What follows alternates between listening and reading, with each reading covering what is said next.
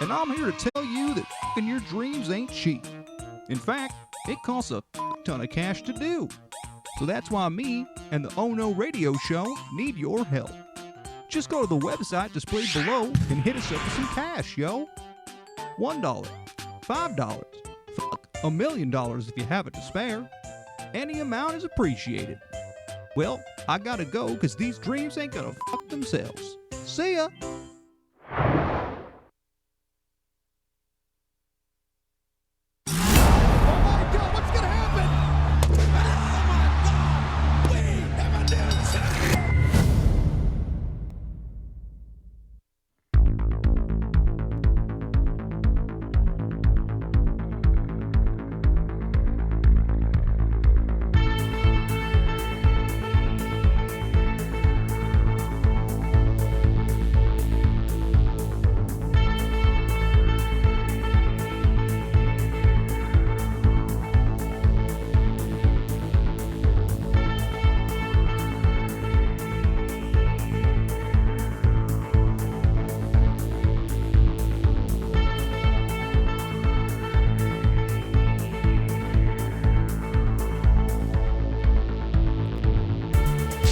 Yes, welcome back to another edition, episode 153 of the Ohno Wrestling Podcast.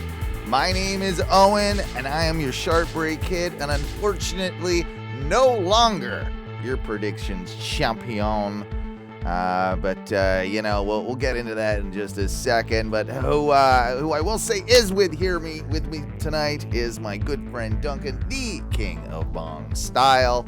And Duncan, neither of us are champions, and that motherfucking dastardly Clint Globsky, the modern day Maharaja, stole it again. A sloth master. And he doesn't even, and he can't even show up to do the show with us. No, so. You know why? Because he's off celebrating somewhere. Yes. I have a new name for him. He is now the sloth master. Okay. I don't know if he sent you any pictures from his trip or anything. No, I didn't. Has he been hanging out with sloths in Panama? He was hanging out with sloths. Sorry, Jack just decided to jump off the couch. Okay. Hey, what's up, bud? Opposite of sloth, right there. Yeah, 100%. That's fun. I'm glad that he is the king of sloth style, I guess, apparently. Yeah, bog style and sloth style. Yeah. Sure.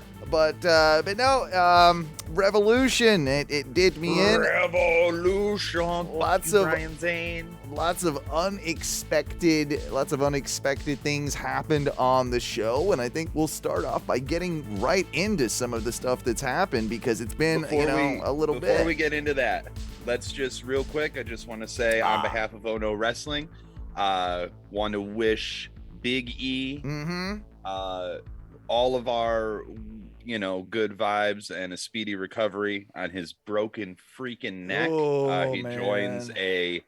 He joins a pretty small club of badasses who have broken their neck in a match. Absolutely. And I want to go ahead and say this straight off the bat with that too, is that don't be a dickhead and post nasty things to Ridge Holland. Absolutely not. It was a freak accident, and it wasn't his fault. His fault. It's just an unfortunate thing that happened, and yep.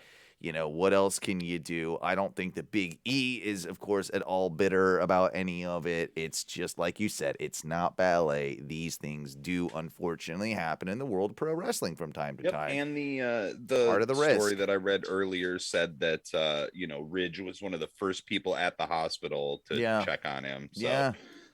You know what I mean? Like it wasn't a malicious thing. It was a legitimate accident, and shit happens. I mean, the only thing that you can say is maybe he just didn't get him up quite high enough to make the rotation that Big E needed. Like we're not wrestlers. I can't I can't speculate on this because I'm not a goddamn fucking athlete.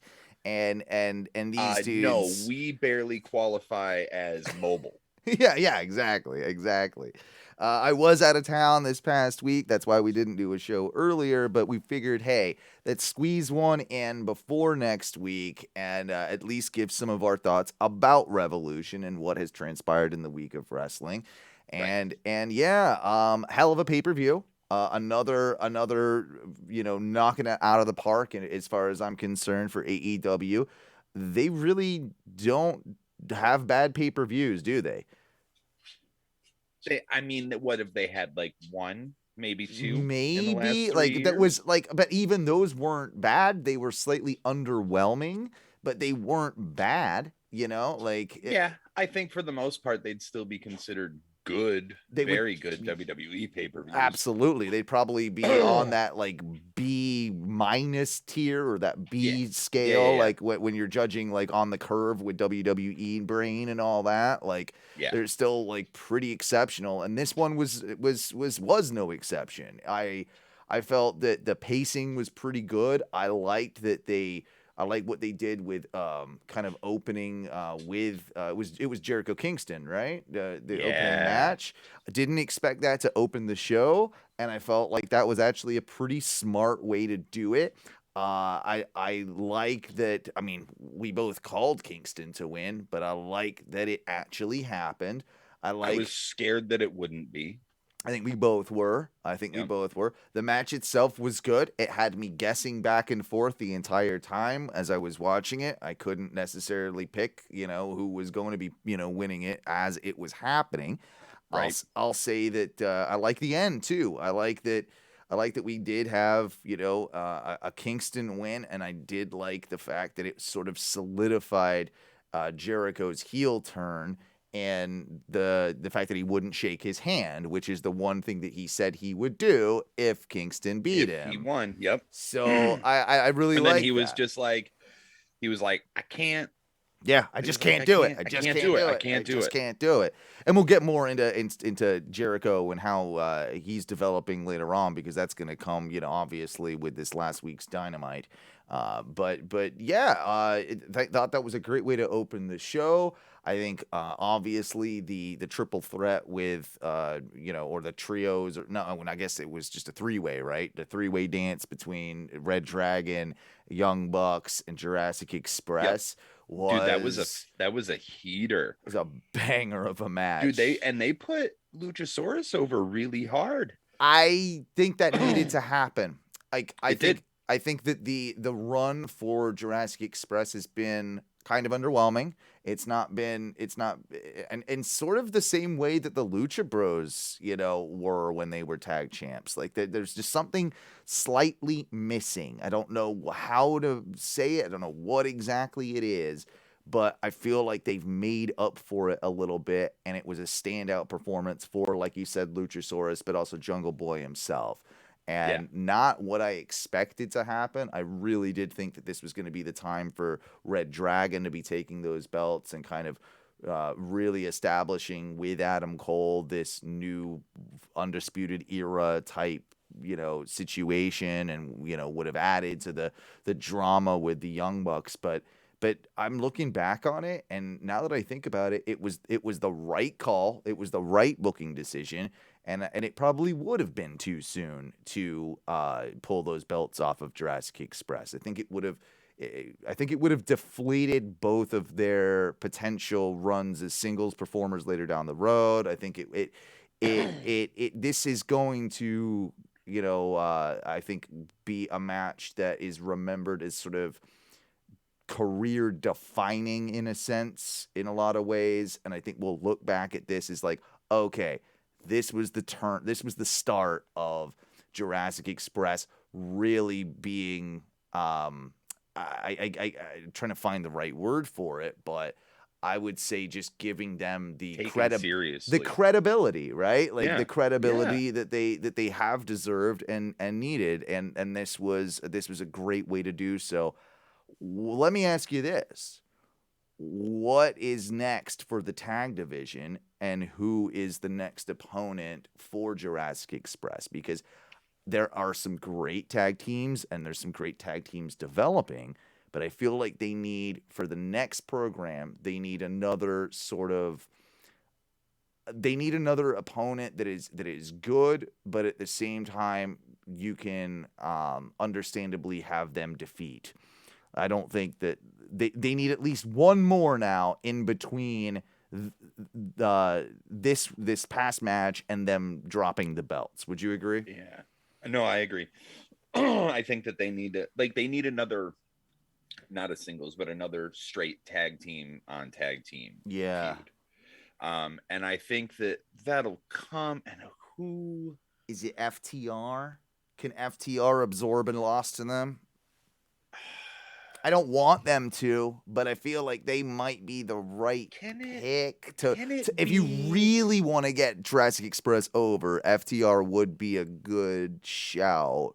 But you know who could also take a loss that just came into prominence is 2.0 of the Jericho Appreciation Society. And no, that's actually a very, very good shout. That's because now that we have them in a stable with Jericho, and we'll just hop right into that. That came out of left field for me. What about you? Like, I didn't see that coming in a million years. Like that was okay. I mean, we've been talking about we needed to break up the inner circle, but I don't think that was how we saw it coming. No, and I think for him to just be like, fuck it. And I think with all the speculation surrounding Daniel Garcia and with the developments with which of course Daniel we'll Garcia get to. Garcia has the personality of a saltine cracker. He does. I think he'll get there, but I know he will, but it's just like, holy fuck, come on, man. You are dull. Yeah. Like not even Lance Storm dull, because Lance Storm had a personality. Yeah, and he's actually pretty funny on Twitter these days. Actually, Lance Storm. Oh my god, dude. Yeah. Like Stone Cold really fucked him with that one, but he's made up for it in years since. That's for damn sure. Oh yeah. Absolutely. I don't think Lance Storm was ever going to be world champion. No. He could have had a good mid-card run type deal, like something I think he did have a couple of decent, mid-card runs, like besides the hardcore title. I think light heavyweight, didn't he have the he did have. Yes, he did. He had something that he renamed the Canadian Championship. Was it the European or the Intercontinental? I vaguely remember that. Yeah, now that you mention it, I think it was the European, if I'm guessing. Like, I think it was. But no, he also did that. Like, somebody did that in WCW. Fuck, might have even been Lance Storm for all I know. Could be. Yeah, like. So Lance Storm had a little bit of a run. He had a rub, know. So yeah. Well, I was saying with Daniel Garcia, I think all of us he was sort of earmarked to be part of this potential new stable or team with Moxley and Danielson. He was the name that was so floating around in that conversation. Of being one of these new guys that they could train in acts of violence, and they just had this match with Danielson and Garcia a couple weeks ago. So I felt that was like almost like kind of a sure bet. But to see Jericho turn around, and of course, I like the way this developed, because the week before, if you remember, LAX or Proud and Powerful rather had gone back on their word that they were like, we actually kind of do need Jericho, and had said sort of like, sorry, like you were right, and like we want to still be united and everything. And for then Jericho to be the one to turn on them and then associate themselves with 2.0 and Garcia as it's the Jericho Appreciation Society. Is that what we're calling it? Is that what the JAS? Yep, they have merch for it. They already have merch. Wow. That took long. Dude, I knew about the merch before I think the segment aired. Which is kind of cool too. I mean, because in a way it doesn't take away. Like a Jericho Appreciation Society didn't necessarily spoil anything, right? Like that's you could have done that as just oh my god, here's Jericho with a new catchphrase trying to get over some merch. It didn't necessarily mean a new stable. It meant like you were a fan of Jericho, if you will, like and that could have just been for the fans. But I'm happy to see they're moving forward. I think it's going to be a really good fit. And I think that Jericho and 2.0 are going to have some amazing comedic segments together. Oh my God. Like, Yeah. there's You're there's 100% money. right about that. There's You're 100% right money. about There's that. money in that. So that's what I'm excited for with it. Again, it was a shocker, but I think a right call, and I think that you're dead on with a team that and like 2.0. I was going to call them NXT 2.0 just then. But 2.0 is a team that like almost never needs to win and can still be over. Like they can absorb every loss ever. Oh, because they're cocky prick heels. Yeah. Yeah. And so I think you're absolutely right. It would be a great fit for such a babyface tag team as, Jurassic Express to have them, feud with 2.0 in the meantime before a pretty memorable feud moving forward, which there's two big options for that for me. One of them previously mentioned in a Moxley Danielson. I think that you can absolutely do that if you want to. I think that you have, especially with like this violent side of Mox and Danielson, like fucking up the kids. You know what?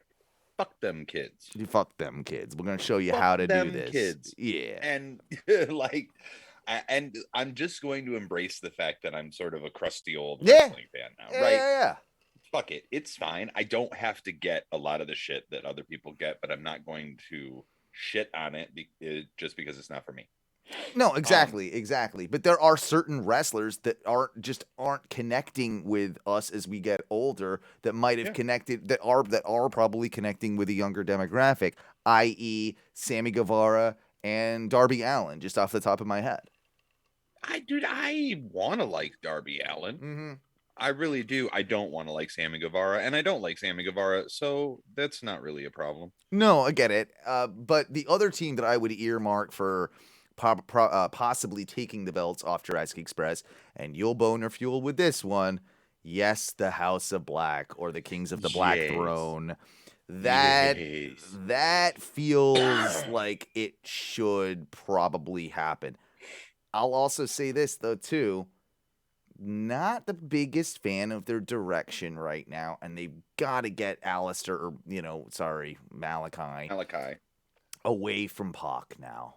Like, it's too much. It's gone on too long. Unless Pac comes into the house.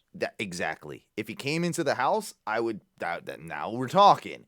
If Pac comes into the house, then it's fine. But if he doesn't, what are we doing? Well, Pac is one of these guys, and we have a kind of a segment earmarked later down in the show that we're simply calling it "What the fuck do you do with this guy?"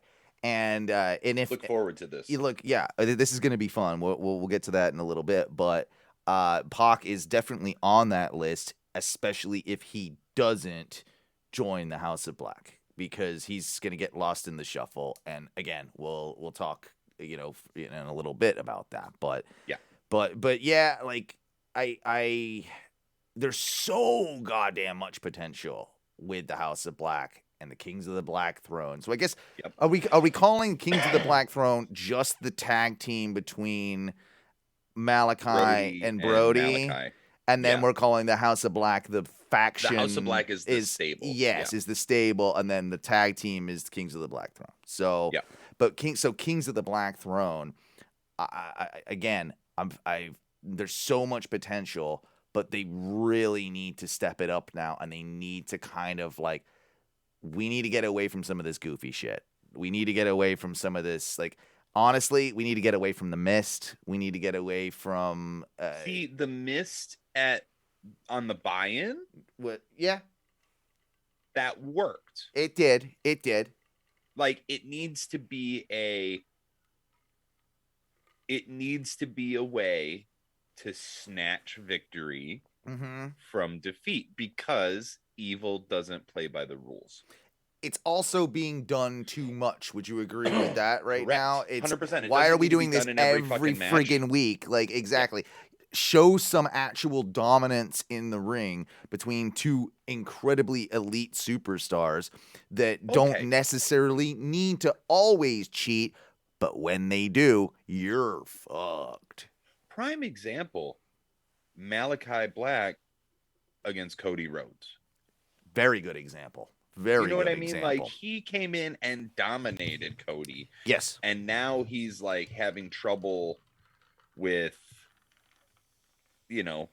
fucking More basic opponents, essentially. Yeah. Brian Pillman Jr. Yeah. That should have been What? that should have been a borderline squash match. Like, So this should have been Pillman should have gotten in a couple of moves because Malachi was being cocky. Mm-hmm.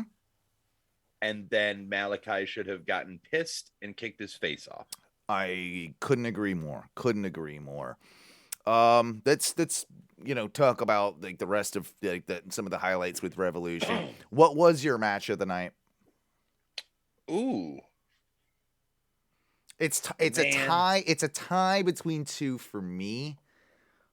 But I think after really analyzing it and like seeing the drama in the match, the dog collar match, I think it has to go to Punk MJF. I think it was the best match, and I kind of wanted the result to go the other way, but the way they played it out and the way that they actually used it to elevate Wardlow and completely turn him into a face in the process, that solidified it for me. That actually it really, really worked. The second match that I would say was kind of tied for it was for me the Danielson Moxley match. And I would agree as well.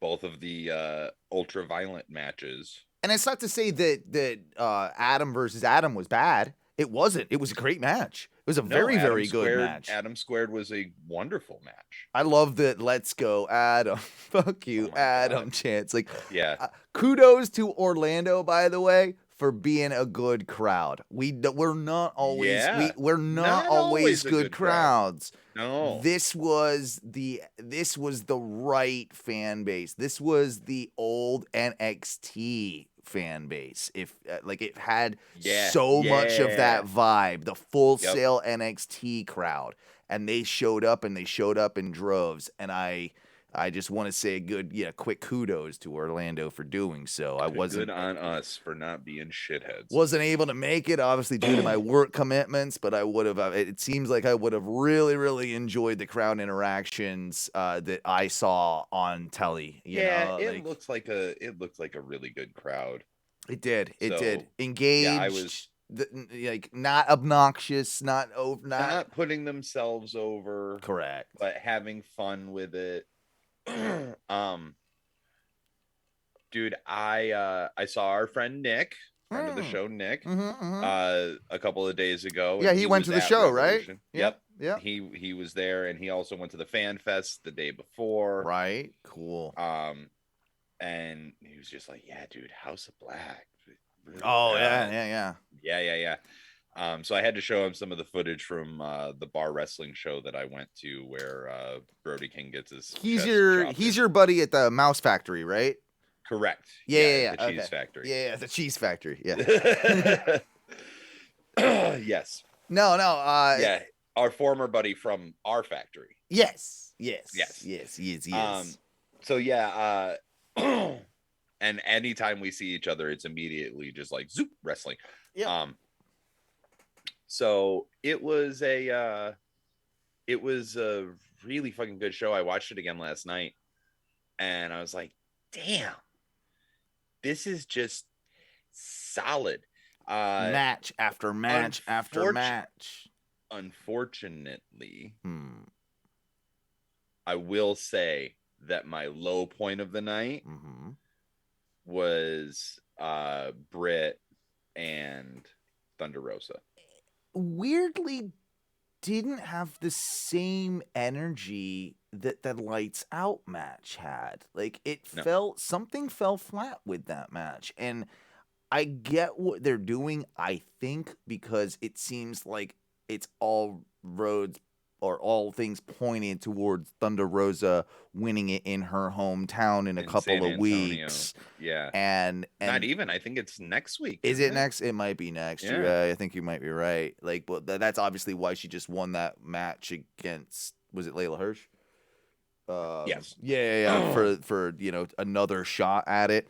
But they literally have to do it this next time. Otherwise, we're getting into Pac versus Malachi Black fighting for forever again. Dude. Like we need to get there with Thunder Rosa, and we need to do it soon because and what I don't like about that we've stretched it out this far is now we've almost predetermined the victor. Like it's not going to be a surprise now when she wins. Like it seems like they probably should have just done it, in my opinion, at Revolution. It does feel, yeah. Like, and I think that's why the match fell flat. I think so too. Because they knew that they were just going to do it again in 2 weeks, so they put in an okay match. And it wasn't bad. It wasn't a bad match. It was a good match. Right. But in comparison to like everything else, it was not a great match. And we know that they can do it too. That's the thing. Correct. It's sort of irritating when you had that Lights Out match wasn't it like match of the year or something? Yeah. Or like it and if it wasn't, like it was definitely women's match of the year. Well, women's match of the year, but it was also highly ranked and highly applauded and recognized for what it was, which was a fucking amazing match that told a great story. And it was the story that was missing. That's the thing. It's not that this one wasn't a Lights Out match and didn't have the blood and the hardcore elements, because we had enough of that on the show. We didn't need this match to have that. There was borderline too much, which we've talked about in the past quite a bit about AEW. Is like, all right, maybe just pull back a little bit on it. We love it, but MJF was really celebrating the fact that he was on pay-per-view. Give me the fucking mic. Yeah. I get you, bro. Like, I get you. No, and you are right that was kind of a low point of the show. I'll say one of the high points of the show for me, though, was the shock debut, if you want to call it that, of one William Regal. Lord Regal. Buddy. And no one was happier than this English boy seeing that dude come out. And yeah, I've always had a soft spot for Regal, like, from his old days as the crusty, stuck-up Brit to his role in NXT and how instrumental he, of course, was in developing Black and Gold. So it's nice to, like, I love that he didn't even have to have a microphone to convey every bit of what he did when he came to the ring that night. And the way he, like, you could hear him enough, even though you didn't hear every single word, you could hear him enough, and it was more powerful that way. And the way, he just the straight, just like slap you in the face to the both of them, and get along, when he went into Moxley's head and he got the blood all over his nose, all over his face. I was like, yes, damn, Regal. Yeah, and just to follow up on that, like, did you get a chance to watch his promo from Dynamite on Wednesday? Like, wow, he apologized for timing issues, and I'm just like, did you need to apologize for that? No, you're allowed to go as long as you goddamn want, because you're fucking Regal, and like, this to me is the why unscripted promos are so powerful and so perfect. Like, yeah, maybe, Scorpio Sky got 2 minutes like removed from a match or something, like, that was on Dynamite. Yeah. But yeah, maybe they had to do that. I'm sorry. It's worth it. It's worth it when there's a promo that good and it's a guy that well respected, I think is the key. If you've got now, there's when you're talking about overstepping your bounds and taking too much TV time, sometimes like if that's Jericho doing that, then we're kind of like, I mean, look, it's not that Jericho isn't good. Of course not. He's great. He's very good, but he's egotistical. and he's been around in the fucking center point of AEW since its inception. Yes. But for Regal, who hasn't been seen nor heard of since prior to his release, when he got quote unquote written off of TV, like that is the time when you give him his chance to speak. Yeah, I mean, it's like it can be. It was nowhere near as long and nowhere near as like impactful to the wrestling world, but it compares to when CM Punk, came back, and you literally just have him come back and cut a 20 to 25 minute promo at the beginning of the top of your show because that is worth it with that character, with that guy. Yeah. That's why it worked with Regal. Now, he did say something that was alarming to a lot of wrestling fans, and he made the comment of, "I'm not long for this world." And a lot of fans were speculating that, maybe Regal's gonna die. Yeah, Regal's gonna die. He's in bad health and all that. And I can understand why. Like, I'm not even gonna shit on the wrestling fans on this one because he is such a beloved character that when you hear that, you're like, oh no, is there something more to this? You fear the worst. So thankfully he has cleared that up, it seems. And from my knowledge, like, he's like, no, I'm fine. Like, I'm in probably the best health I've been in years. And he was just making a comment about being a older guy now. Like, I think he was that was his clue to the wrestling fandom of, don't expect me to get in a ring and do that. Yeah. Do that again. It's like one that. Of those, like, that ship has sailed.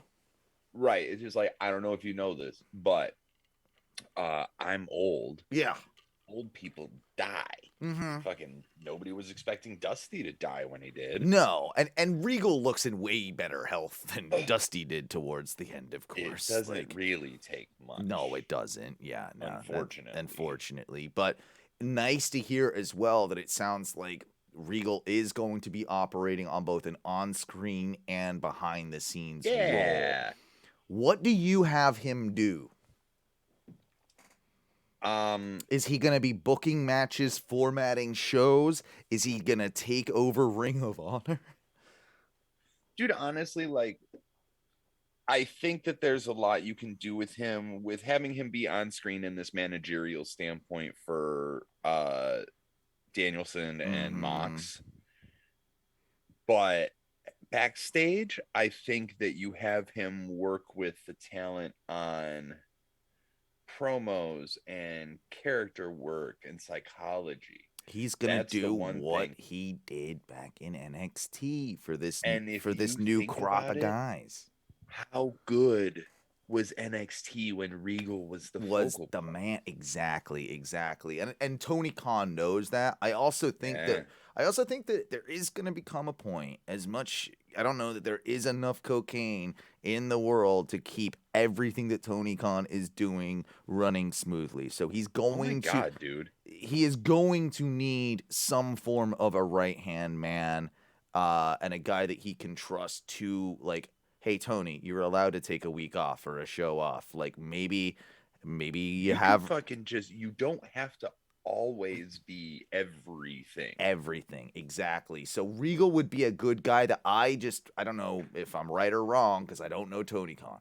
But if I'm Tony, I would look to Regal as to be that guy that, like, hey, when I'm not around, this is the guy that's in charge. And I don't think that would be a bad move at all. Like, that's what I'm hoping for, because I think Regal's a guy that might be able to take some of those people that we have said that don't necessarily have character, like your Daniel Garcias and to a certain degree even like your Darbys and your Sammys, and like he's a guy that can help. Those guys they're one-trick ponies. Like, let's crack them open and see what else they can do. That's a really, really good way to put it. Like, because Regal was tremendous.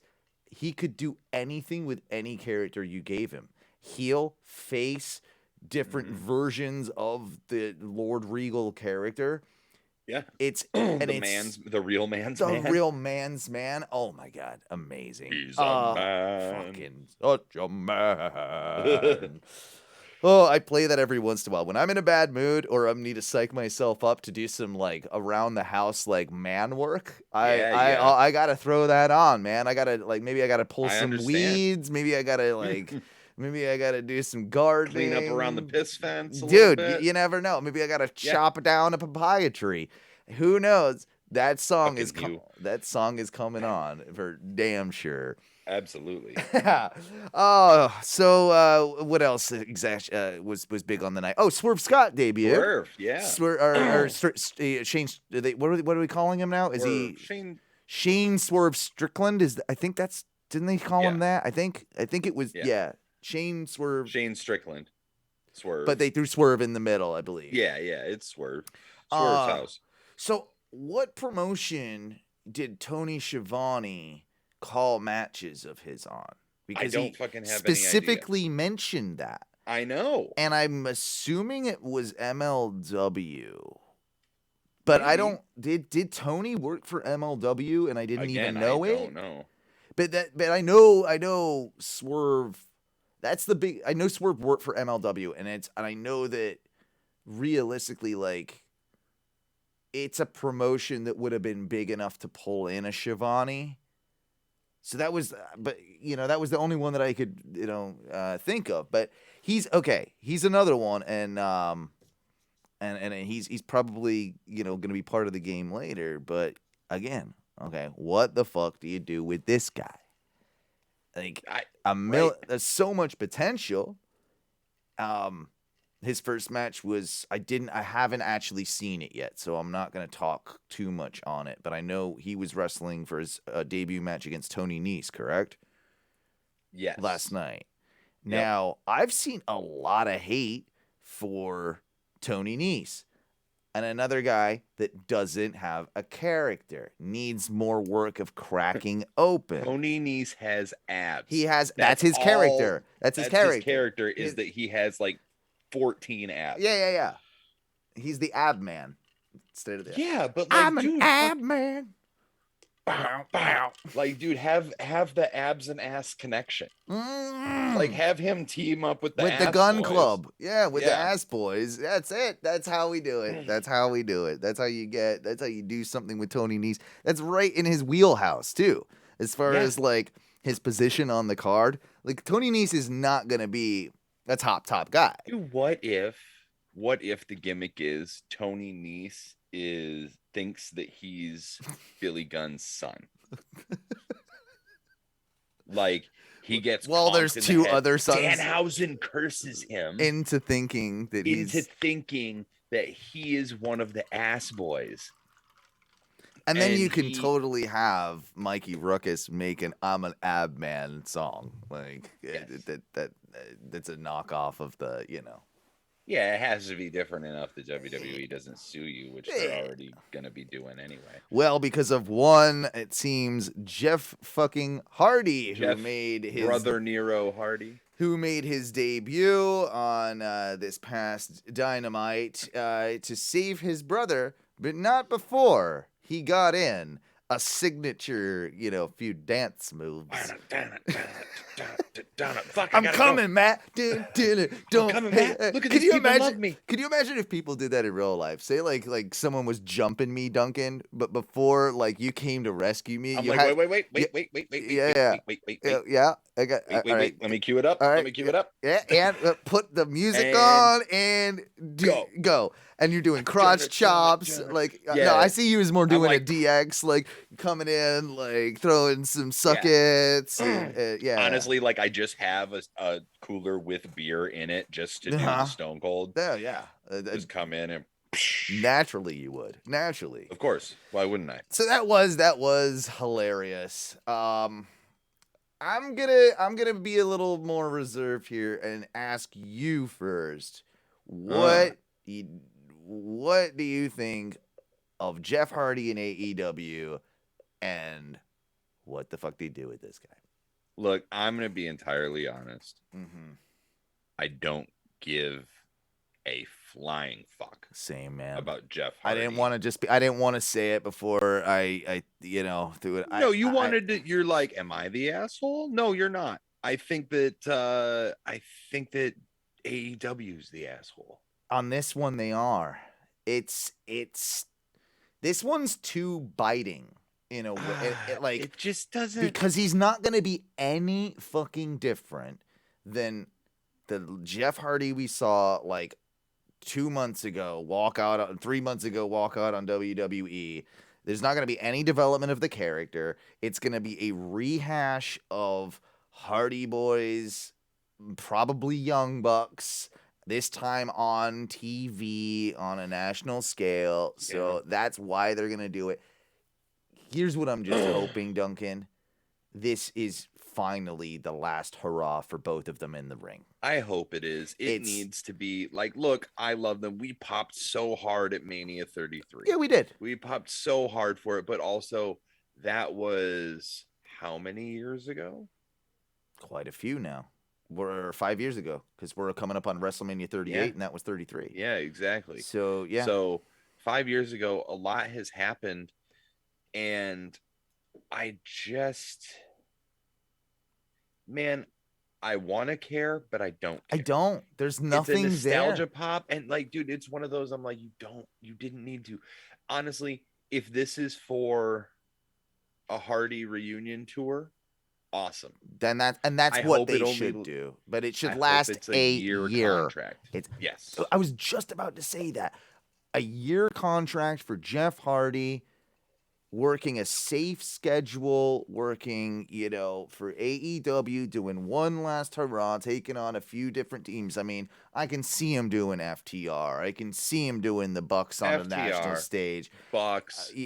Hell, even Jurassic Express. Like, I think you can do that. Look, we could set Proud up and Powerful, yeah. Proud and Powerful. Lucha Brothers, if Phoenix comes Private back, Party obviously is going to be the first one, right? Like, that's the natural thing there. But even Top Flight, now that they're kind of like back together, all of those teams, or especially the last two and the Young Bucks, have a lot to, pay respects for to the Hardy Boys, because that style was like, it's 100% like a lot of those guys are influenced by the Hardy Boys. Like, I think, 100%. And I think that there's something to be said for all of those teams will probably get their moment with the Hardys. I don't think all of them will get individual feuds. I think you're right. I think we get a multi-team ladder match.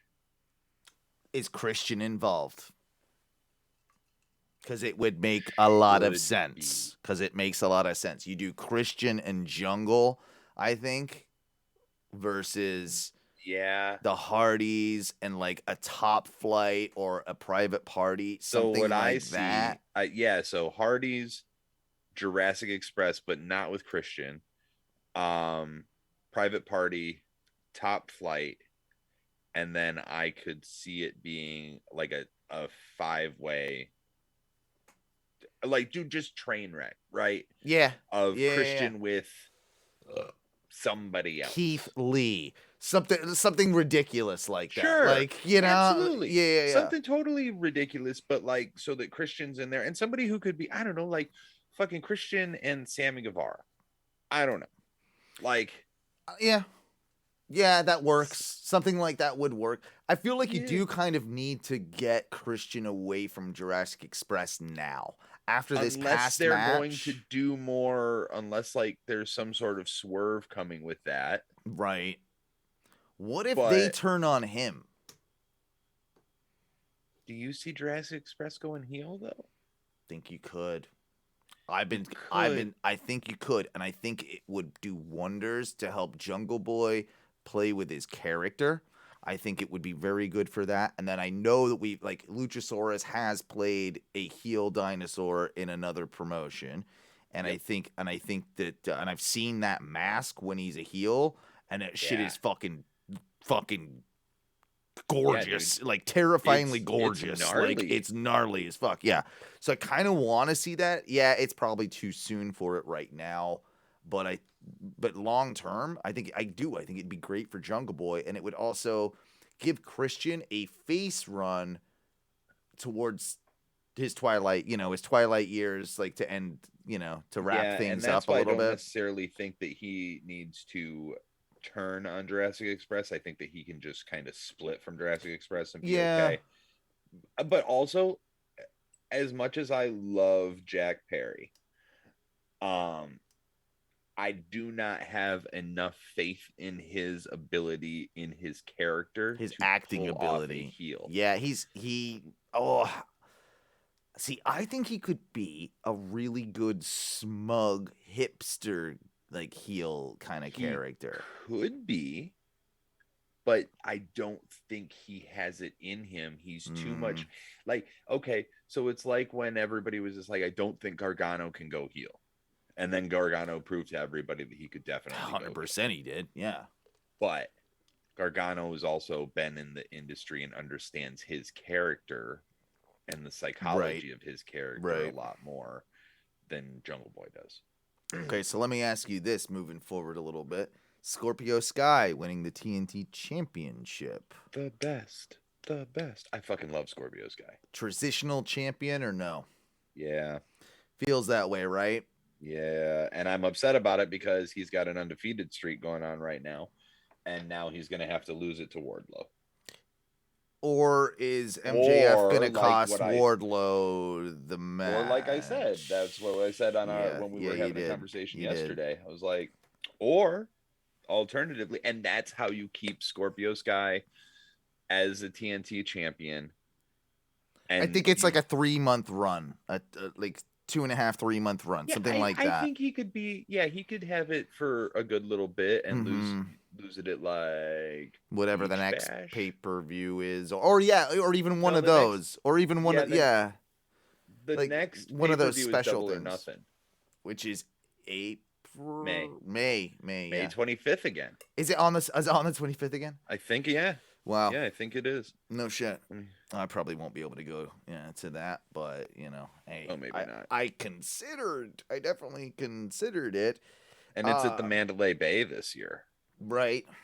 Yeah, that's right. It is a different hotel, different casino, and then that's where Dynamite and Rampage are.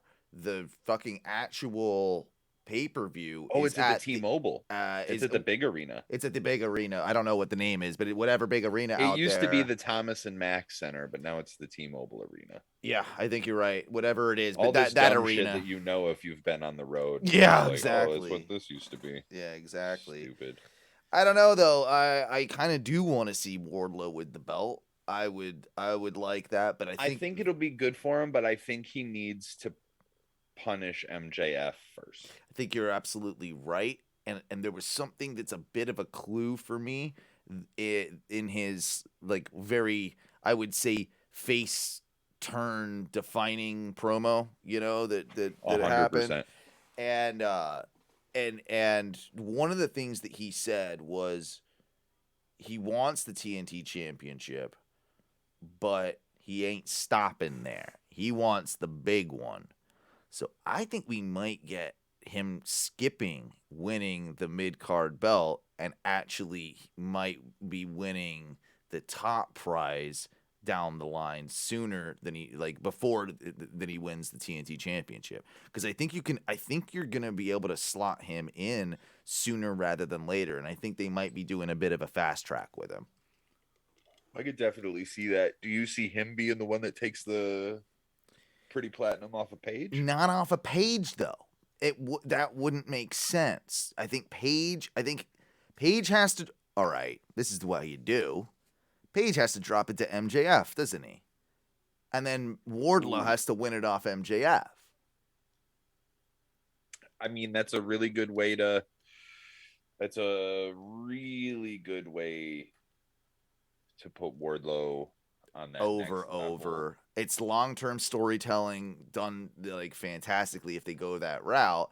And also, I think there's something with Wardlow in particular because, and I heard another podcast mention this, and they were right. I never really put 2 and 2 together with this one. But Wardlow, until he showed up in AEW, I don't care how hipster deep of a wrestling fan you are, no one really knew who the fuck he was. 100%. I didn't know who the fuck he was, and I don't think you get much more wrestling hipster than I am. Nope, exactly. He came out of like complete obscurity. I think kind of in the same way Jade Cargill is that, right? Yeah. She kind of came from complete obscurity. Now, Wardlow, it seems, did have quite a bit more experience, of course, than Jade Cargill. He had NXT like tryouts, I want to say. He had been on the indies. Yeah, he had done something, but no one really fucking knew. And then he just pops up and is not only incredible in the ring and getting better week to week to week to week every time you see him.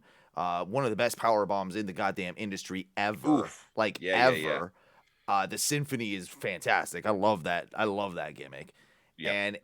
But he's got the facials and he's got the look and he was actually pretty damn good in that promo. He was pretty eloquent, and he was relatable. The best promo he's ever cut. So I can just see them as leaning into this guy is the closest that they have to being an AEW original from scratch sort of product. Yeah. That they would want to put the big one on him sooner rather than later, and especially why not strike while the iron's hot, because the dude is absolutely over right now. And I think that they're looking at that, and maybe those weren't the plans, say 3 to 6 months ago, but plans change, and I can see them running with that. Crowd reaction will guide the ship in most cases. Yeah, in AEW anyway, not necessarily in WWE. He's getting good ones too. He's getting really good crowd reactions. Yeah, he is. That reaction when he came down during the dog collar match. Yeah. And how couldn't find the ring, and then when he found it and just set it on the apron at Punk, dude. Mm-hmm. So and here's the thing that too, moment right there. There is no more over dude in wrestling, bar none, period, than CM Punk right now. Yeah, that's just. And going back to that match, I didn't want it to be my match of the night because of Punk. Yeah, yeah. I've gotten over that. Punk. I've gotten over that because he's done a real good job of it took him a little while, but now he really has had some fucking fantastic matches, and it. I don't think it was ever that he didn't have fantastic matches. It was just that didn't like him. Right. Now I'm yeah. He is less of, I think, in general, because Punk only ever really plays one character, which is Punk. Yeah. But he legitimately seems less douchey and judgmental. Yeah, and he's self-aware, I think, is the key thing. He's self-aware and can make fun of himself, whereas I don't think he had that ability to do so 10 years ago. I don't think he did either. I think that he definitely took himself way too seriously and believed his own bullshit. I agree. I think that's we're seeing the other side of that, and it is refreshing. It is totally refreshing. And dude, his entrance at Revolution, the throwback Ring of Honor entrance. Oh yeah. With the AFI song, yeah. It really felt like being in another time and place in wrestling. Dude, it felt like alternate timeline stuff. It was weird. I was like, yeah. Whoa. Yeah. No, I couldn't agree more. It was powerful. It was a very and I was like, I'm not even a fan of AFI. Right. But it meant something for that song. And honestly, it's still that song's a way better fucking entrance theme than Cult of Personality. I've always said it. God. That song is not a good entrance theme. I don't get why he ever thought it was, but it's just not a good entrance song. It's not. I don't understand really it. Not. Even the Kill Switch Engage song that he used to come out to was way better than that. Absolutely. I'll say that with the end of that match, and of course with Wardlow turning on Max, I think realistically, we've seen the absolute death of what was the Pinnacle. Because of course that separates him from the chairman Sean Spears, and then we also had FTR on Dynamite firing Tully Blanchard as their manager. Yep. So realistically, every piece of the Pinnacle is now separated to some degree. So it's gone. Like I don't think that is a thing. No, and I don't think that it needs to be a thing because it wasn't going anywhere. It wasn't going anywhere. And it was a vehicle. It's gonna be better for everyone. And it was a vehicle for MJF and Jericho. That's all it was. That's what it was. Yeah, and it kind of sucks that that's all it was. Mm-hmm. The Inner Circle. I don't know. I think that the blow off could have been better, but then again, it's classic Jericho. That's accurate. Yeah. It's like, you know what? I'm done with you. I've gotten what I need out of you. I can go on to what's next. I wanted to bring up something that I read earlier today regarding AEW, and apparently Warner Media has pretty much vocalized somehow. I was talking about this yesterday when we were talking to not sign the Briscos to an AEW contract because of like their statements that they made some kind of homophobic statements, right, in the past. Some very homophobic statements. Yeah, they had, and I think that though they very much apologized since then. And well, they apologized at the moment, but I don't know if it's ever been something that they've really like gone back and revisited. I think it's always been like, I don't brush that one under the rug type thing. Yeah, like did that leopard change its spots? Right. Yeah. I mean, yes, there is reason to have a bit of concern there with them. And their gimmick lends themselves to exactly what the concern would be as well. Like it's all, the package is pretty complete when it comes to that. You know what I'm saying? It's like I've talked about, like I said to you yesterday, they are from fucking Delaware, and they have the Confederate flag on their shit. Yeah, exactly. It's nuts. How in the fuck, Delaware? It's bizarre. And it's a shame because they are a extremely talented tag team with a hell of an edge, to them as well. You know, like that. Yeah. So Did you read the story that Super Card of Honor show that they're doing? I didn't read the full story. I saw some of the headlines. What is what do we even know? Do we know what is happening? We don't know what's happening. That's the thing. Right. We don't know what's going on. I don't know. I don't think it happens. I think this was all what they were planning on doing before Tony bought it. And those plans could very easily be completely out the window. And that's kind of what I'm thinking as well. Right. It might happen down the road, but that's a pretty quick turnaround of what you've got to do and make things all make sense and make things, click with everything that you're doing and running. Like, I don't necessarily know that it doesn't have to have any AEW crossover. It can have a little bit, but it doesn't have to be tied into storylines because it's sort of like this standalone thing. Yeah, I think they're sort of like, God, what is it, like how are they phrasing it? It's like a weird clash of the universe or some shit. I don't know.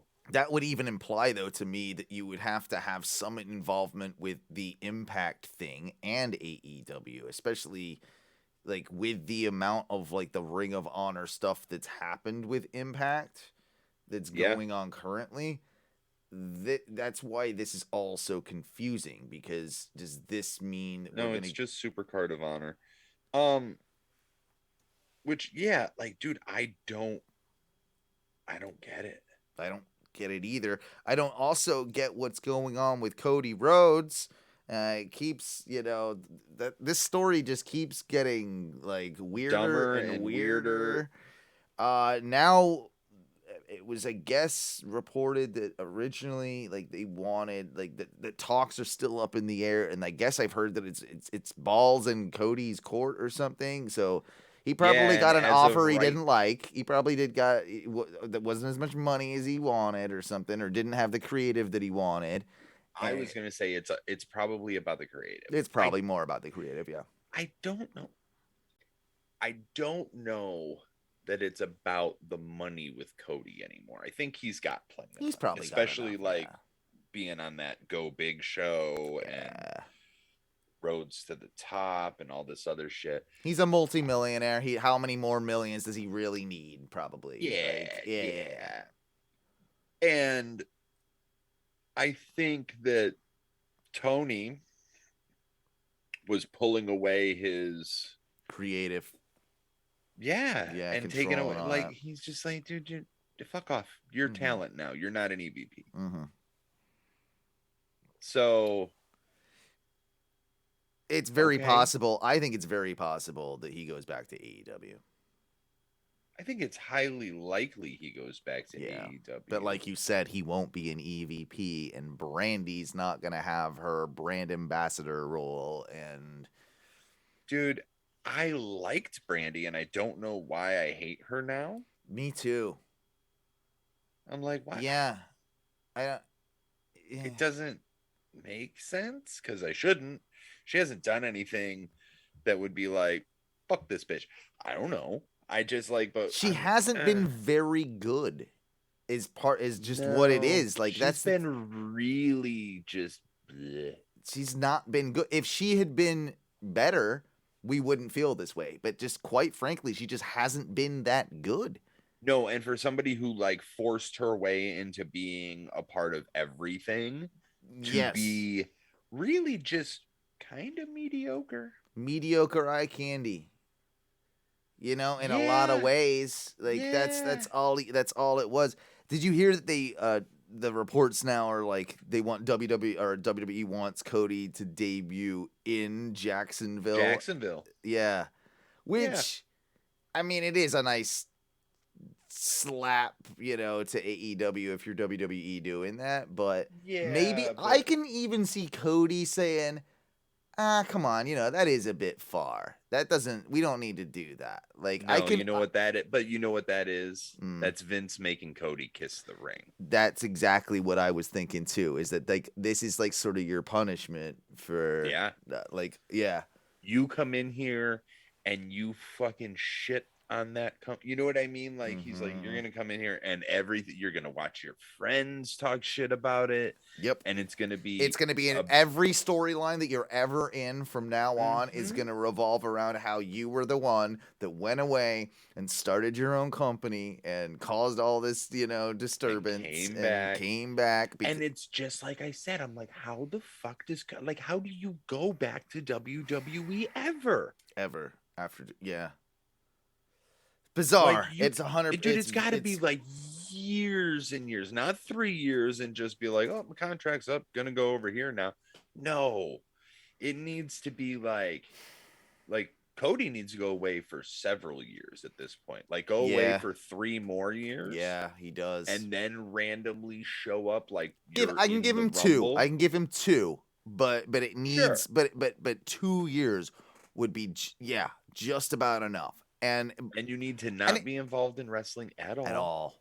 Go do some stuff in Hollywood. Go do a few movies. Go do some made-for-TV, movies or something. You know, whatever. Yeah. But you're 100% right.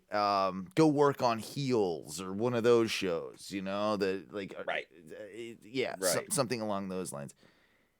So I heard that he was like maybe being floated around for a match with Seth at Mania 38 this year. Yep, that's everything I've read too. I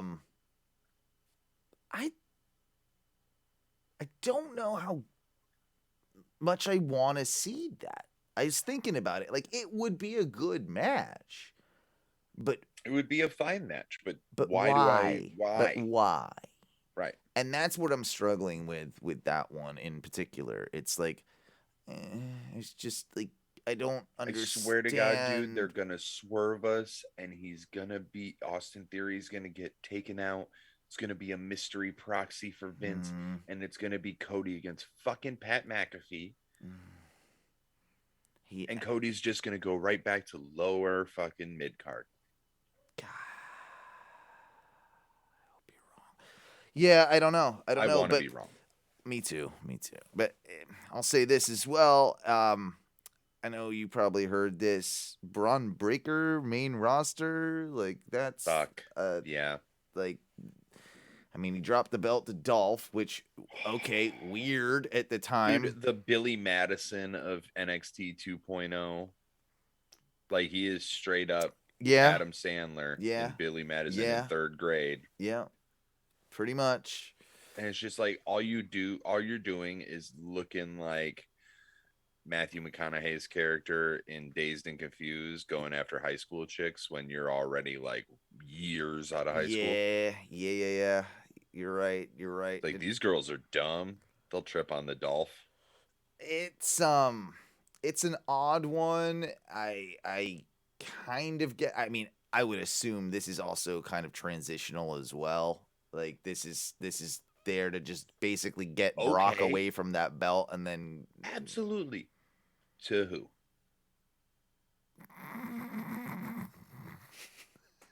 Yeah, okay.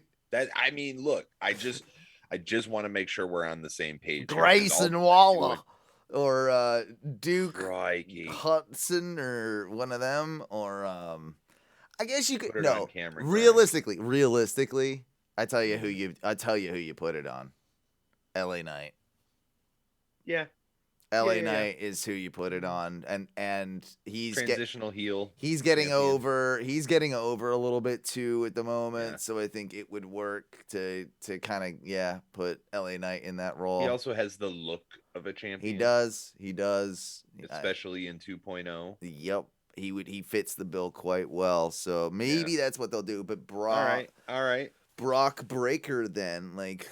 Bron Breaker, whatever the fucking his name is. What the hell? Bron Breaker. What do we do with him? It doesn't matter because they're just gonna throw him up on the main roster, and one or two things is gonna happen. He's either gonna get the Roman treatment and go through the roof, or they're gonna carry and cross him, and it's gonna get shit on. I feel like he's in real danger right now, and I feel like he's gonna get thrown. I feel like he's gonna get thrown in a mid-card feud, IC US title. He's probably gonna beat Ricochet or something for the IC. Did Ricochet win the IC? Is that what he won? Or So he's probably gonna do something like that, or beat or get in a feud with Nakamura or Finn or someone. He'll beat Finn for the US title. Yeah, that's it. Yeah, he'll beat Finn for the US. That's probably more likely. And then he'll flounder around in that division for 2 to 3 years until they either pull the trigger or don't. I like that Ricochet got the IC and is seemingly got a bit of momentum and push behind him. See how long that lasts. It's just like Finn. It's kind of, I mean, are you gonna make it important? It's cool that they've got a belt, but you still gotta have important programs to make any of that count. It's like with Nakamura, he had the IC title for how goddamn long, but didn't have any substantial feud other than any feuds at all. I swear to God. Yeah. I think he had a tussle with Apollo Crews for a little bit or something, but that might have. I don't know. I can't even remember now. I remember Big E feuding with Apollo Crews. I don't remember. Maybe I'm mixing things up. I don't know. Dude, I don't remember. That's how memorable it was, Duncan. That's how memorable it was. We could do a whole "what the fuck do you do with this guy" of WWE's entire roster. Yeah, before we do that, because we'll wrap the show with that. We'll just throw out some names on both AEW's roster and WWE's roster, and we'll do the "what the fuck do you do with this guy." But before we get to that, two quick things. Pete Dunne is no longer Pete Dunne. He is Butch. One name. And it's Butch. Should have just changed his name to a symbol. I don't. Are we just sort of supposed to know or pretend that NXT and NXT UK, they don't exist? Like, is that like why? Dude, What does that benefit of building a star on NXT to bring him up to then just be like, nah, his name is this and he's completely his name's Butch. Yeah. Why'd you spend all these years then, telling me he was this guy, building him up? Pete Dunne. Yes. Yeah. It's bizarre. I don't get the logic, like from a business standpoint. I don't either. I don't get it from a lot of standpoints, to be entirely honest with you. Creatively, it's like that's the best you could do. If you really felt the need to change his name as well to the one-word thing. Butch? Butch. You're Butch. Butch. Okay. Like, great. Yeah. Thanks. I told you this the other night, and I think I mentioned it before on the show, but like the fact of the matter is it's criminal that he even had the name Pete Dunne, really, because his real name is actually better than any wrestling name you could come up with him. It's like literally the most his name is Peter English. Right. His name is Peter English. That is what better name like that would embody him more than that, Right. Like so Jesus now fucking Christ. like now Pete Dunne still okay, acceptable. Don't mind Pete Dunne. But now we're stepping into like Butch. Like this is like I don't know how this would even relate to a character like. And I guess he's now going to be buddies with Sheamus or something. Is that Sheamus and Ridge Holland. Yeah, the neck breakers. We just told people to not shit on Ridge Holland. Yeah, it's true. I shouldn't have done that. But at the same time, I'm just glad to know that you and I both had the same thought. You just vocalized it. Yeah. I mean, if they're smart, they will actually do something with that. Like don't do it in like super bad taste, but I mean, throw the Owen Hart on there, like we just no, you throw the do the old I broke Wahoo's leg. Mm-hmm. Like, yeah, you could you could do that. You could do that. So what do you think of what they're doing with this Austin KO thing then? Is it just going to be a talk show segment on Mania that Austin comes out and in Texas just like drinks some beers and does a stunner to KO and that's that? Yeah. That's it, right? That's yeah. I don't think that we're getting a match and nor should we really. We shouldn't get a match. Everybody's just like, I want to see Stone Cold again. Like, no, look, you don't. I want to see Stone Cold again too. We don't need to see Stone Cold again now. No, we don't. No. Because the biggest thing, and especially with as much of a perfectionist as Austin is, like, he will not want to go out there and look bad. Yeah. And that's the biggest thing that I think you'd need to worry about is looking bad. He doesn't want to Taker Kane trip Sean. He doesn't want to pull one of them. My fucking God, the worst match ever. This is why you should have never come out of retirement, Sean. Like, you did it Sean. right. You did it right and then you did it right. He was the only one. You were the only one. God damn it. Trips, rips his fucking pack, and you just see the bruising and. Undertaker almost died. I think all of them almost. Kane's mask and shit came off with his hair. Oh, I mean, that was terrible. That's what you get, Saudi. That's what you get. But I will say that the Saudi experiences have been much better WWE wise, as far as like their talent goes. No, you're right. Yeah. And the matches have been significantly better, like besides the greatest Royal Rumble and all that for sure. No, over the last couple, and especially this last one, it's like, okay, we're doing actual pay-per-views now. These aren't just these aren't glorified house shows. Like they're doing stuff to move stories and credit where credit's due. Look at us. We're like giving WWE kudos for them doing their job. for them doing like the easy part. Yeah, I wish that it wasn't necessarily in Saudi Arabia. None of us want that. Yeah, exactly. No, because they just mass executed 81 Yeah, people. I like the time. I like the time zone though. It's nice to watch a Saturday pay-per-view at like noon. That's kind of I'll fun. give it that. Like, give if it we could that. start doing pay-per-views at noon, That'd be all right with this. You know, that'd be fine. why do we have to do it like late? I don't know. It seems Why like are we running? Hey, the Super Bowl, the whole Super Bowl thing starts at like 12 o'clock, and people that watch the Super Bowl, they're gonna start watching that shit at noon, right? Like throughout the entire day of coverage. Like, granted, the game is later on in the evening, but why couldn't we do something like that with a WrestleMania or like these shows? They do that with WrestleMania. Yeah, but I'm saying, like, I know what you mean. Like, I'm not counting like 2 hours of kickoff show that doesn't have but like 1 or 2 matches on it. If it was like the kickoff show is like we're starting and you have 4 matches within those 2 hours or something like that, 4 to 5 matches. Now that's like what we should be doing. We should be doing that. 3 matches in an hour, like AEW had for the buy-in. And then we can get out of here by like 11 o'clock and call it a night, right? Like, and that's where I would just like to say, AEW. Holy shit, guys! It was a long show. Long show. Long show. It was a long show. 4 hours? Plus the 1 hour, like, and this is every time I think about going to a big event like this, I'm like, this is gonna be awesome. And then I look at what time it starts, I'm like, ooh, this is gonna be long. Yeah. I'm like, ooh, a 7 hour.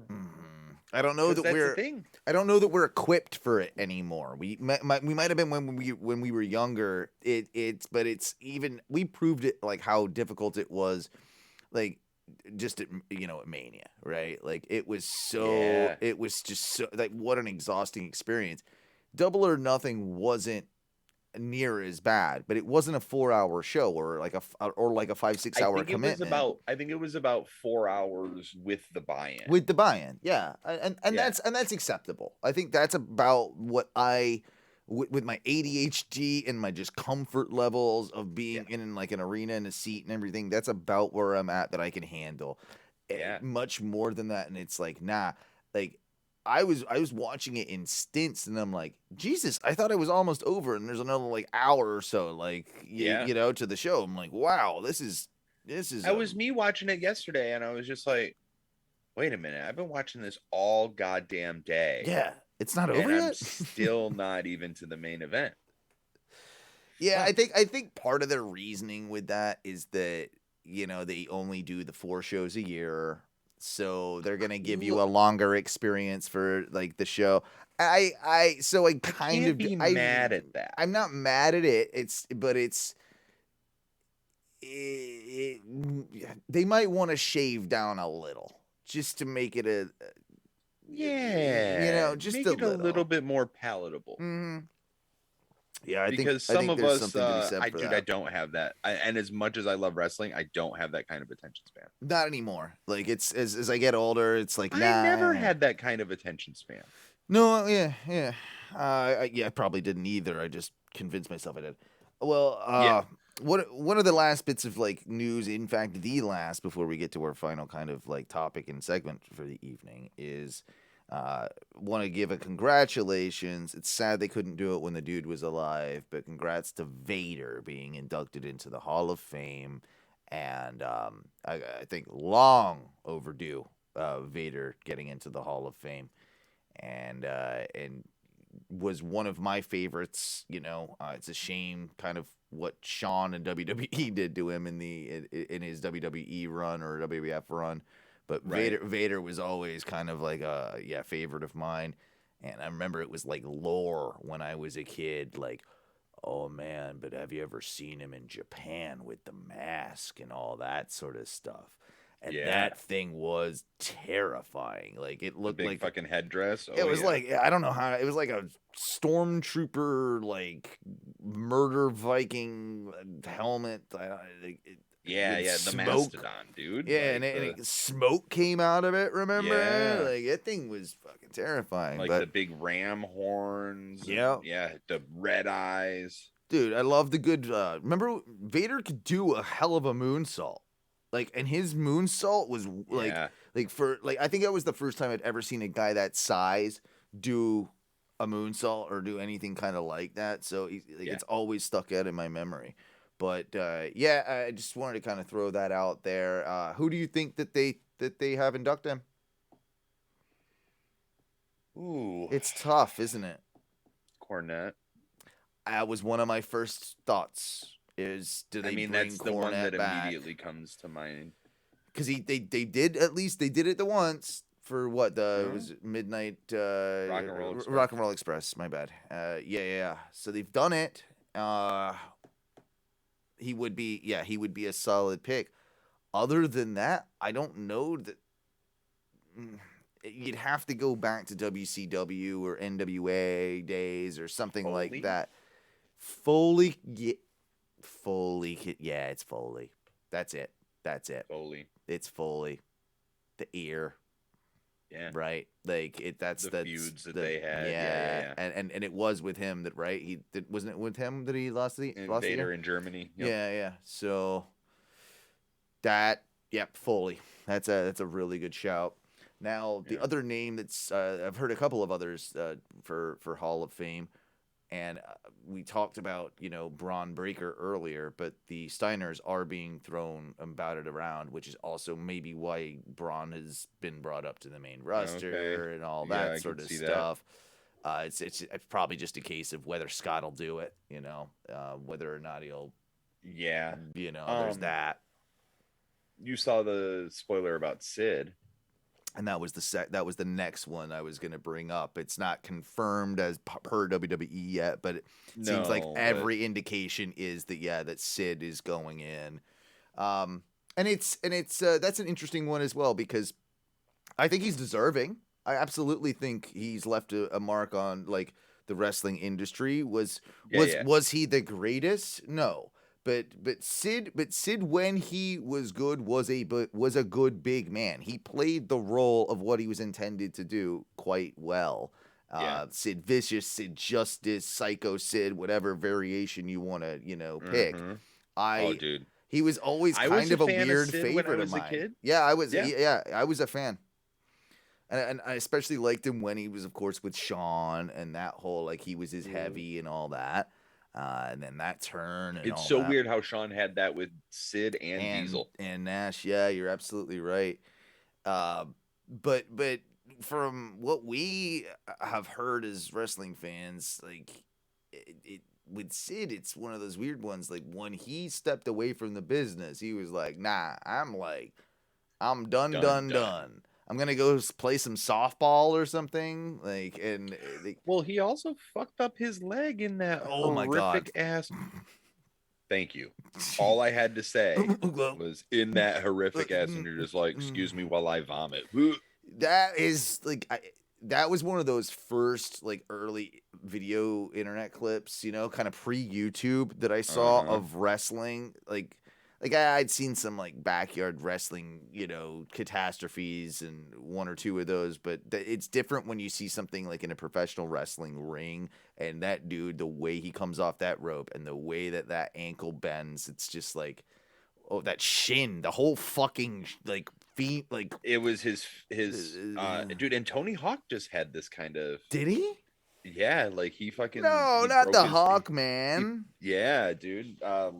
Just a couple of days ago, broke his his shin bone, tibia. Was it tibia? Whatever tibia that was. And the fibia? God, I don't know. Because there's two bones down there in the lower one. You're talking to the wrong individual when it comes to this. But listen, I don't know where I was going with that, but who inducts Sid? Tough one, right? That one's even. I think that's tougher than Vader. It could be Shawn. Shawn could do it. Yeah. Who else is gonna induct Sid? Taker, but Taker's getting inducted, so you're not gonna do that on the same night. No. I mean, they did have quite a bunch of programs together, so that's why I threw that out there. Yeah, but Shawn might be the best choice. I think Sean's kind of the only choice. And you got to wonder, like, if I can imagine that Sid probably doesn't have the best relationship with Sean, and maybe doesn't want to have him induct him into the Hall, you know. I mean, maybe not. This might be one of those like, yeah, how much are you gonna pay me? I'll show up. Like, because I don't really give a fuck. I don't really give a fuck if I'm in there or not, and whatever, you know. Like, trying to think of like who else it could or would be. Who's going to be a female inductee? Who's going to be a celebrity inductee? Right. Vader's the posthumous inductee, so yeah. Is Miss Elizabeth in the? You could do.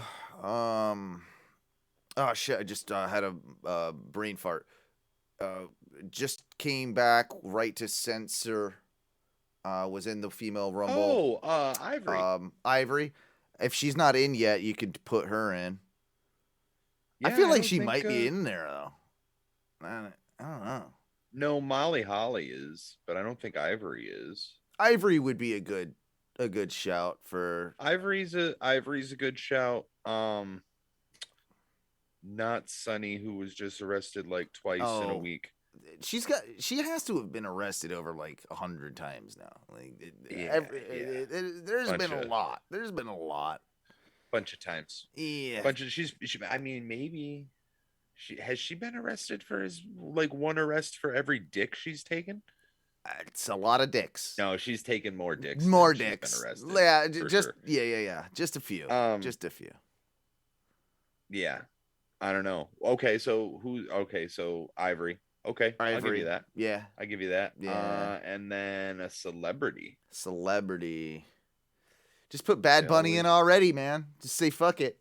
I mean, it's too early, but Is it too early? Is it too early? Just do it. Just do it. I think you could do.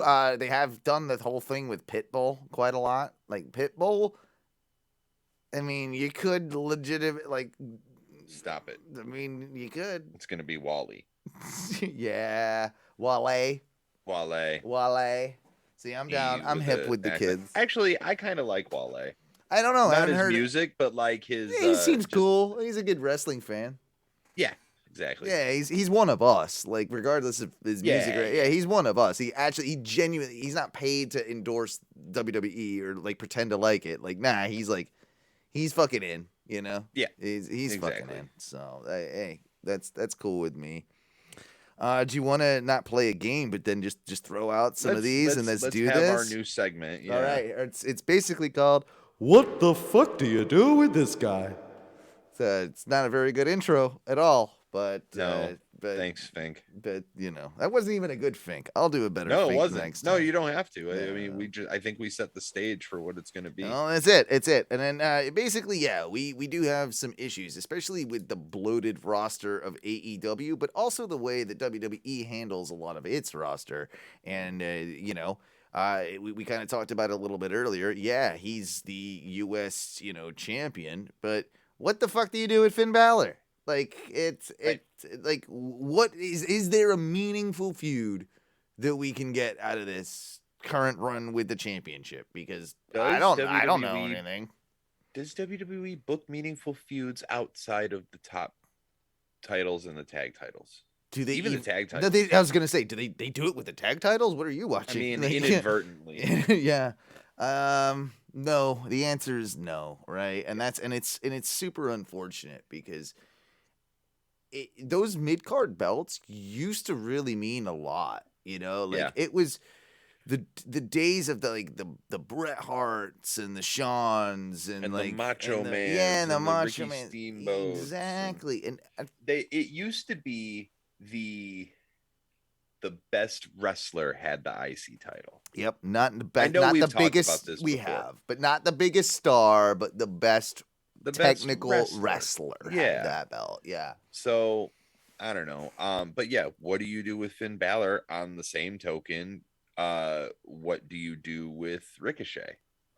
Agreed on both. I think this is a really good way to showcase Ricochet. If you give him matches and let him do an open challenge. Do an open challenge, exactly. Yeah, we're both, I think, big fans of the open challenge concept because it's nice and it's a nice, easy way to book things as well. That you can get a lot of matches, a lot of showcase out of people that can do wonders on both sides, win or lose.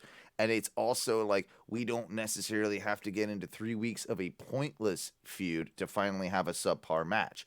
We can just have the match. Exactly. So like that's a really good shout for Ricochet. I don't think that he's probably gonna hold on to it too long. I think that what you said about Braun and Finn is honestly a really good shout. Braun looks like he's made for that U.S. title as well. Like there's something about like his shoulder, like his appearance and his shoulders, like that belt seems like like it would fit. And even the newer one, I think it would look better with the older one, but with the actual flag on it and everything. I mean, America and all that. But yeah, like that's a decent one. Do you have one you want to throw out into the ether? Dude, I mean, honestly, my first one is what are we gonna do with Shane Strickland? This is tough. Honestly, what are we gonna do with him? This is tough.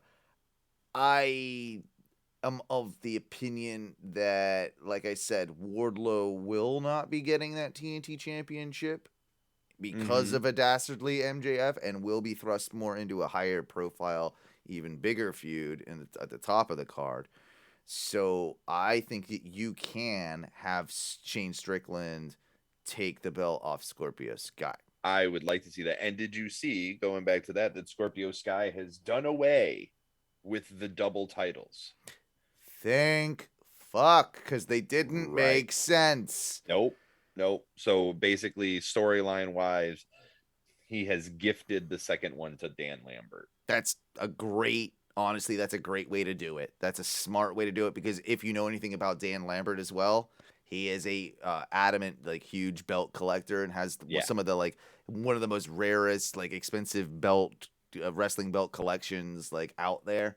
So probably second to or probably up there with Conrad's, if not more. Yeah, he's got a lot of important, like, old school belts and that type of thing. Yeah. So that's a great.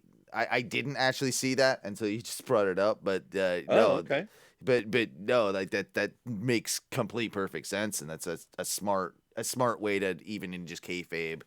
Okay, get rid of these two fucking belts. Like, yeah. Dude, it was so stupid. It didn't make any sense. But like, I get it for the purposes of the ladder match, and like you've got two champions, but then like just get rid of them. Yeah. Like then one, when it's a definitive victor, then there's just one belt. That's doesn't make any sense. But there's also there's been a lot of talk, and I don't really want to pry too much into it, but there's been a lot of talk that was relating to black representation in AEW, and I think it might have been surrounding a big swole tweet or something involving this. That was like, oh yeah, of course they put it on Scorpio Sky to make them finally like get some black representation over there. Damn it. I don't agree with that, but if that is the truth, then well, you do just have like Shane Strickland right there as a black gentleman to take it off Scorpio Sky, like if you want to, if there is an element of truth to that. So that's just such a. Here's the thing: is like Scorpio Sky deserves that title. 100% he does. Like, don't sleep on Scorpio Sky. No, and he's one of those, like, we talk about the 4 pillars, but if there were 8 pillars, Scorpio Sky would be on the 8, one of the 8. Like, of the original, especially the original crew of AEW. He's on my Double or Nothing poster. Absolutely. I mean, him and CD, like the whole of SCU at that time. Kaz. Yeah, exactly. What the fuck? Okay, what the fuck do you do with him? Because he's missing. Yeah. He was the elite hunter there for a minute, and then that just went away. Do they have Sky and him feud for a little bit? They could. They definitely and could. have honestly with that one, you have Sky come out on top. Yeah. Yeah. That's 100%. that's how you do that. But that would be a nice if you want to keep the belt on Sky for a little bit. Like that would be a really nice way to have a kind of meaningful, a feud with some story because of the back history that you could easily, weave into that. Like Yeah. So, what do we do with Miro? Oh man, what do we do with Miro? I think he's got to go straight to the top, doesn't he? When he comes back after this hiatus? Dude, yeah, but are they going to strap him up? I'm doubtful. I'm very doubtful highly they doubtful. are. I think he's going... Man. Okay, so what did we read? It was a 3-year extension, I believe, to his contract? 3 or 4-year extension? Something like that. So... It doesn't need to be right away, but I feel like it should be. I wouldn't mind Miro being the one to defeat Hangman. Yeah, but like we're fans of Miro, so of course wouldn't be opposed to that. But do you see that happening? Very skeptical. But I think with him, like, you need to do something drastic with him. Yeah. And they already did the thing with him and Darby, right? Because didn't he beat Darby for the TNT Championship, I want to say. I think that's right. I think that's right as well. Yeah, so I was going to say somebody like him, right? Like a smaller guy that if you're like he needs to have an impactful program with somebody he can very definitively beat right away. Right. And then I don't know, maybe do you do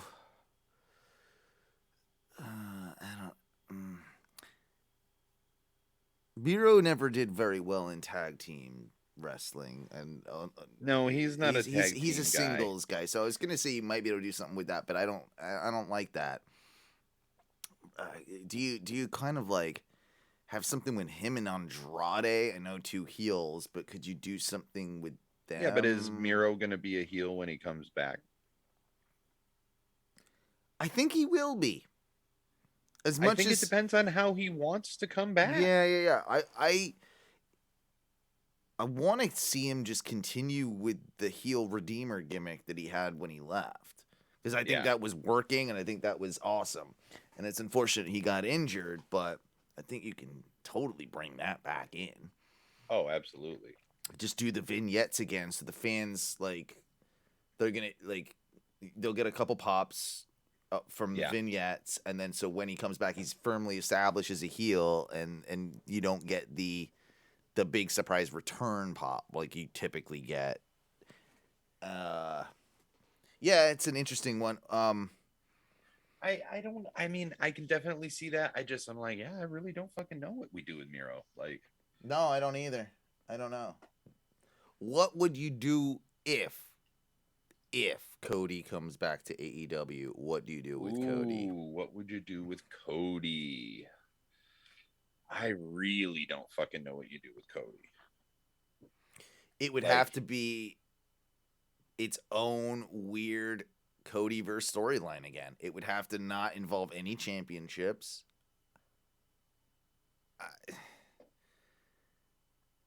Yeah, it would have to be like, and even then, like, what's the point of him coming back if he's not going to go after championships? Exactly. So realistically, the only thing that they could do is have him go straight after Hangman as the heel.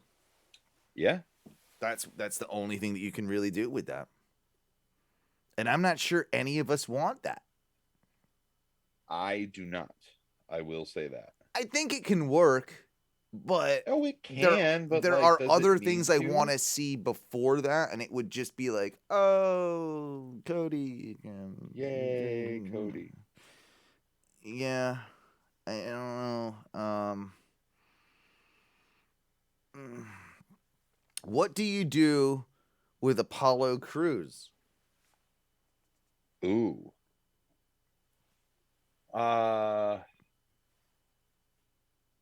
Has he? I don't know. I guess you're gonna have him feud with Aziz. Hmm. Fun.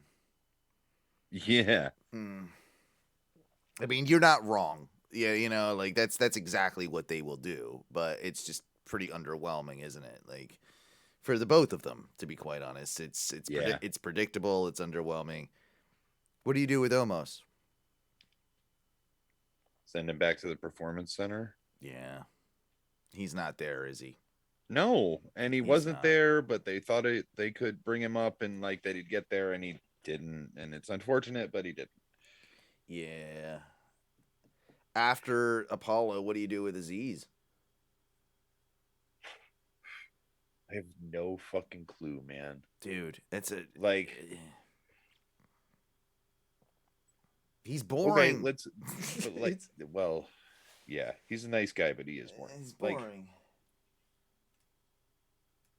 I don't know. What do you do with Cody? What do you do with Proud and Powerful after this Jericho Appreciation Society thing? Ooh, well, Proud and Powerful, I think we're going to get the...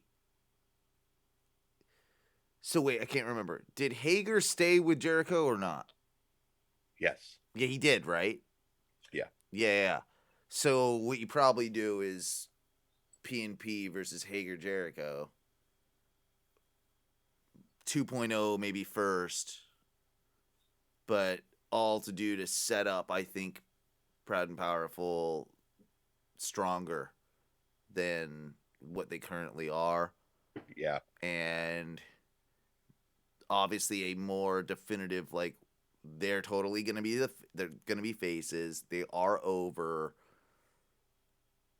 They're probably going to lose to the House of Black. Yeah. Or some... Yeah. They either lose to them or they have to... I don't know.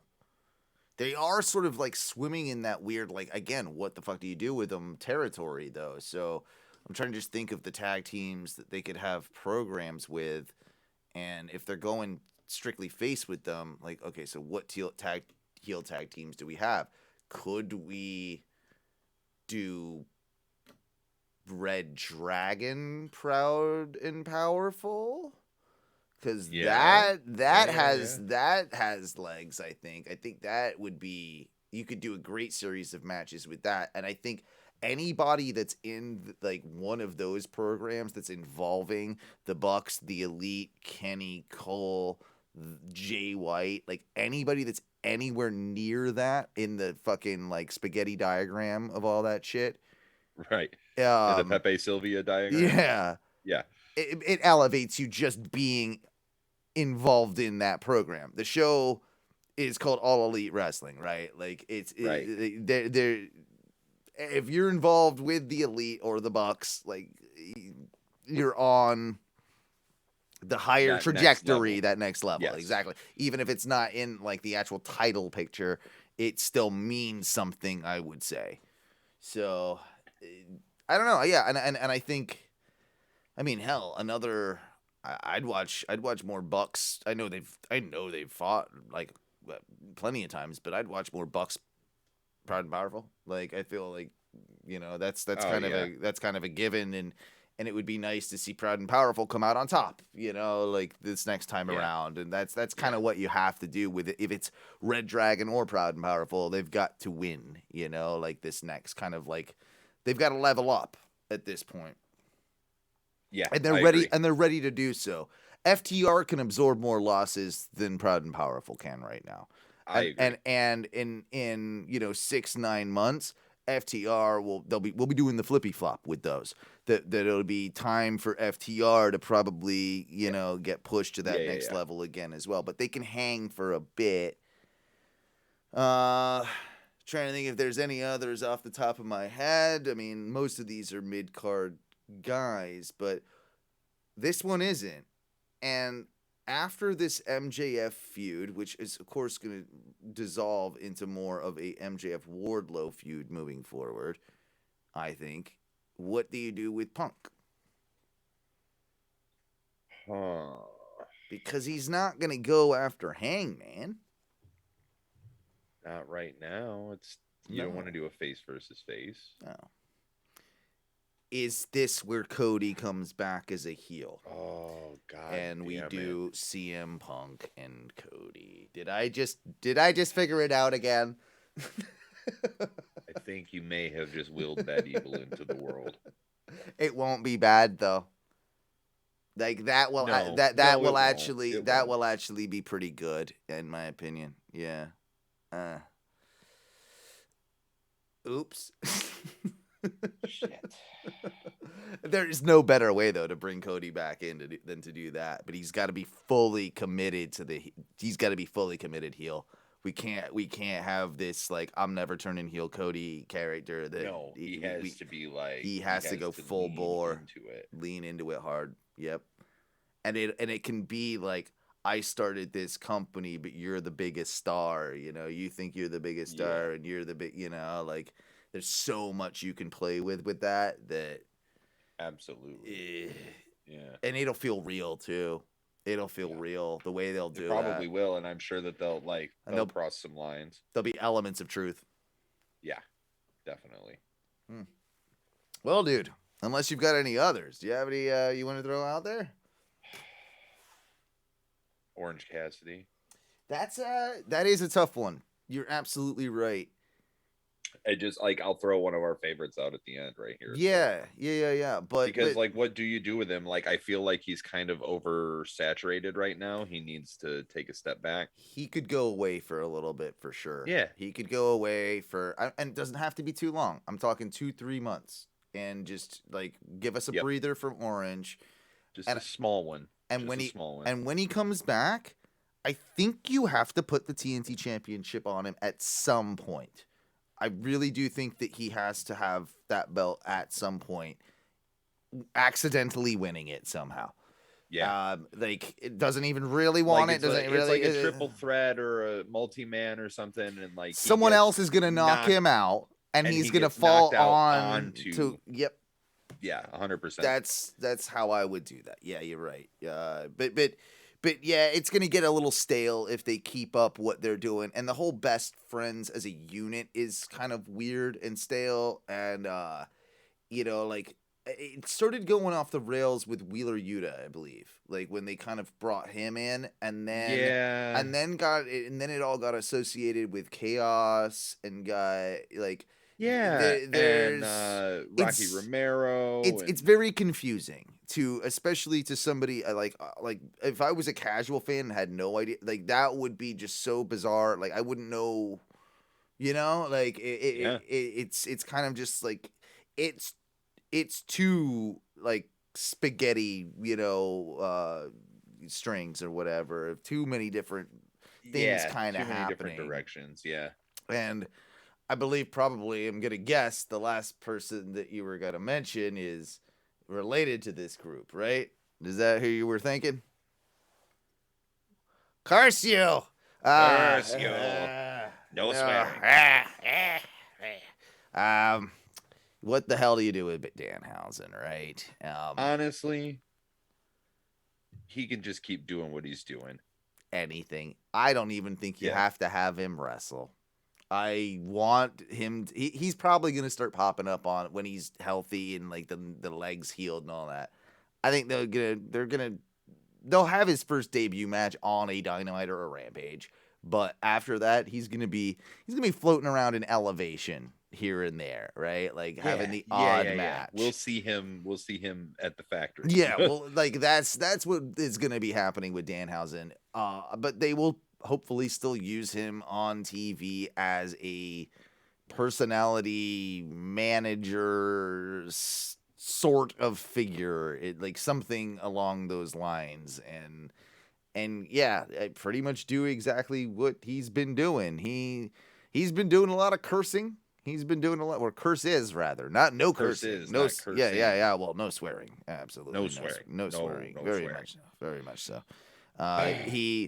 It seems like we're probably going to be moving forward now that the whole Ricky Starks thing in the ladder match, right? So Yeah. we're probably going to be moving forward with a best friends versus Team Taz, some sort of feud lineup moving forward is my best guess. Yeah. Because what the hell else do they do with Team Taz? That's another one, right? And best friends for that and matter, best so. friends. So that's kind of how you utilize those two together. You got, even with Danhausen on the outside, the numbers pair up quite nicely.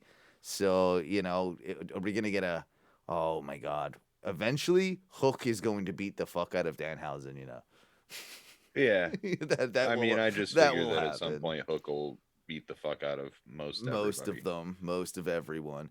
And then, I think you do have, good opportunities for Ricky Starks, Orange Cassidy matchups. I think that's, pretty simple. And then, you got, the real best friends with Chucky T and Trent, right? So you got those guys to, hit up, Powerhouse Hobbs, in a 2-on-1 match if need be. So yeah. And you can bring back, and honestly, you could just, if you wanted to, you could forget the past and straight up just be like, oh, and Brian Cage is back with Team Taz now. Yeah. If you wanted to, you could do that. Or you have Brian Cage be on the side of best friends. Or you do that alternatively as well. Exactly. That fits quite nicely. But anyway, man, I think that's about a good time for us to wrap up this evening's show. I think so. I'll say that I don't know when we're going to be doing the show this week because you were looking at maybe even running off to NXT 2.0. I don't know if I'm going to be rolling over there. I might be doing some other shit. Yeah, fair enough.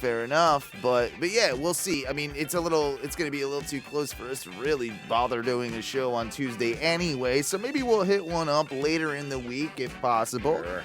And thank you all for listening. If you'd like to donate any of your hard-earned cash, you can do so by visiting us at patreon.com/ONRS. Don't forget to follow us on Twitch if you're a podcast listener. Find us over there at twitch.tv/ONRS Live. Obviously, that ONRS stands for Ohno Radio Show, which is the, sister or cousin podcast of this particular wrestling variant. And you can find that over at OhnoRadioShow.com.